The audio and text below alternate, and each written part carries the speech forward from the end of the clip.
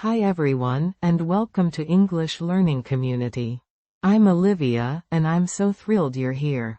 Have you ever dreamed of speaking English confidently and fluently, effortlessly understanding native speakers, or crafting compelling written pieces with ease? If so, you're in exactly the right place. In this video, we're diving deep into the world of English fluency, exploring proven strategies and practical tips to help you master speaking, listening, and writing skills. We'll be uncovering the secrets to unlocking your inner English speaker, breaking down those frustrating barriers that might be holding you back. Imagine holding a conversation with a native speaker without hesitation, effortlessly catching every nuance and idiom.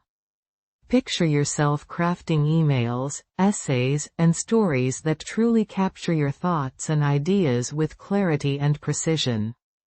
That's the power of fluency, and it's within your reach. Think about the doors that improved English fluency can open for you. From connecting with people from all over the world and expanding your career opportunities to immersing yourself in English language media and exploring new cultures, the possibilities are truly endless.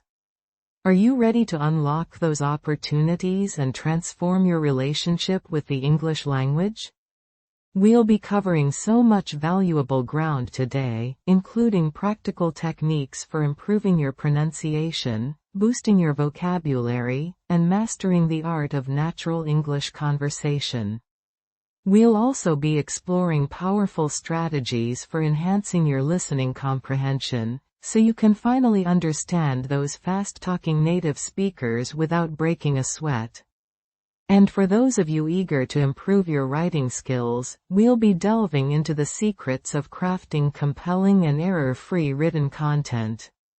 And that's not all. Make sure you stick around until the very end because I have a special bonus tip that will supercharge your learning journey and accelerate your progress towards fluency. This one's a game changer, so you definitely won't want to miss it. So, are you ready to embark on this exciting adventure towards English fluency? Let's dive in. The pungent aroma of rice vinegar mingled with the salty tang of seaweed, a scent that initially wrinkled my nose, but now filled me with a strange anticipation. My tiny apartment kitchen, usually a battlefield of takeout containers and half-eaten cereal bowls, had been transformed into a miniature sushi dojo. Tonight, I, Amelia, the queen of instant ramen and frozen pizza, was going to conquer the art of sushi making. My motivation for this culinary adventure was twofold. First, my best friend, Chloe, a self-proclaimed sushi connoisseur, had relentlessly teased me about my limited palate. Second, and more importantly, I was determined to impress my new colleague, Liam. He was charming, intelligent, and a sushi enthusiast. He often regaled the office with stories of his weekend sushi-making escapades. I figured a homemade sushi dinner invitation could be my ticket to something more than just water-cooler conversations. My other friend, Daniel, the ever-practical voice of reason, was perched on a stool, observing my preparations with a mixture of amusement and skepticism. "You know, Amelia," he began, his voice laced with gentle mockery, "there's this amazing invention called takeout. It saves you from the potential disaster of raw fish poisoning." "Oh, ye of little faith," I retorted, brandishing a bamboo rolling mat like a samurai sword. "Besides," I added with a wink, "Liam specifically mentioned loving California rolls. No raw fish involved. Just good old imitation crab." "Imitation is the key word here," Daniel muttered, but a small smile played on his lips. He knew how determined I could be. My journey had begun with an intense YouTube tutorial marathon. Sticky rice, perfectly seasoned with rice vinegar, proved to be my first nemesis. The rice cooker seemed to have a mind of its own, either producing a gluey mess or a crunchy, undercooked disaster. After 3 attempts, I finally achieved a texture that resembled the fluffy perfection I'd seen online. Next came the nori, those thin sheets of dried seaweed that, frankly, smelled like the ocean had decided to take a nap in my kitchen. Laying the nori shiny side down on the bamboo mat felt like handling a delicate piece of ancient parchment.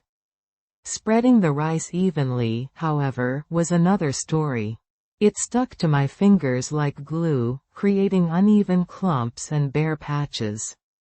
"This," I groaned, holding up the mangled nori, "is a culinary crime against humanity." Daniel, ever the supportive friend, offered a practical suggestion.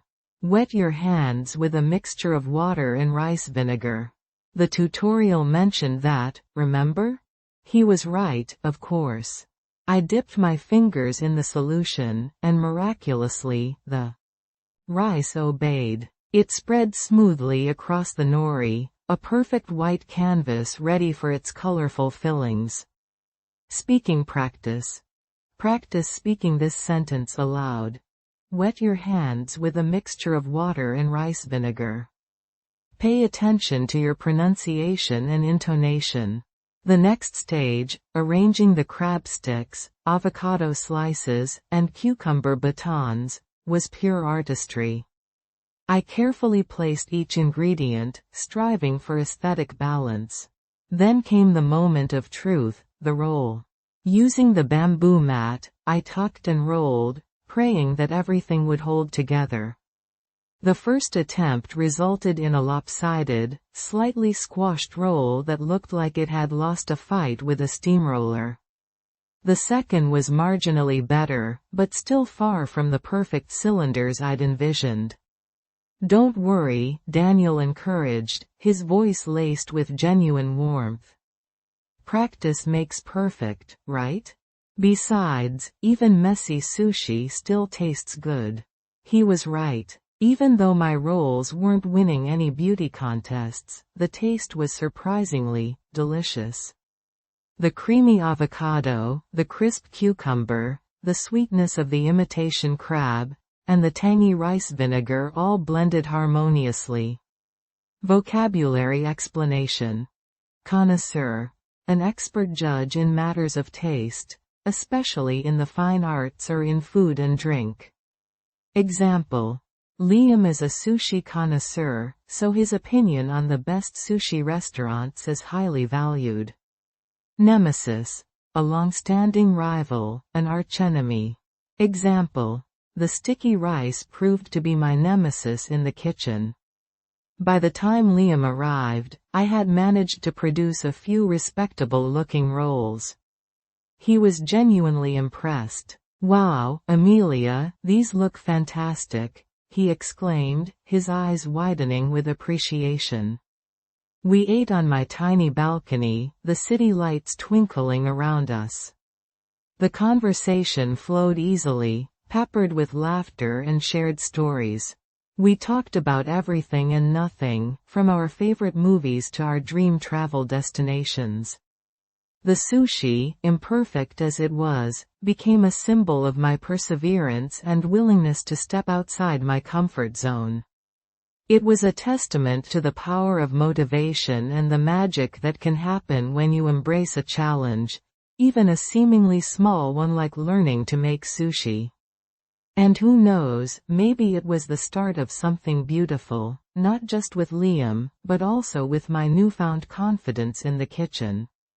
After all, if I could conquer sushi, what couldn't I do?